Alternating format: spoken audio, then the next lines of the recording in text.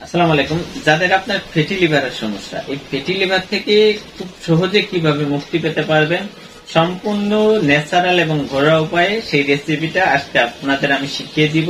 সবার কাছে একটা রিকোয়েস্ট থাকবে, ভিডিওটা বেশি বেশি শেয়ার করে দিবেন যাতে অন্য কেউ দেখে উপকৃত হতে পারে, অথবা আপনার ভবিষ্যতেও আপনার উপকারে আসতে পারে।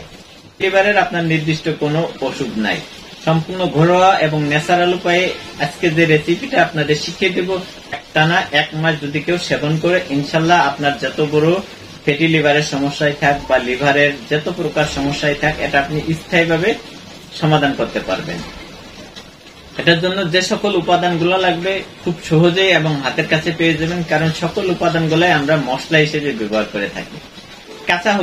কাঁচা হলুদ আপনার খুব শক্তিশালী অ্যান্টিঅক্সিডেন্ট থাকে, যেটা আপনার ফ্যাটি লিভারের খুব কার্যকারী একটা ওষুধ। এই কাঁচা হলুদের রস নিতে হবে আপনার 1 চামচ।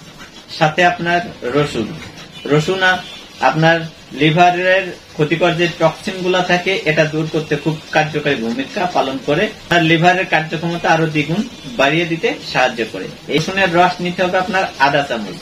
সাথে আপনার নিতে হবে আদার যে কত গুণাগুণ আসলে এগুলো বলে শেষ করা যাবে না, আমরা সকলে হয়তো কম বেশি জানি আদার উপকারিতা।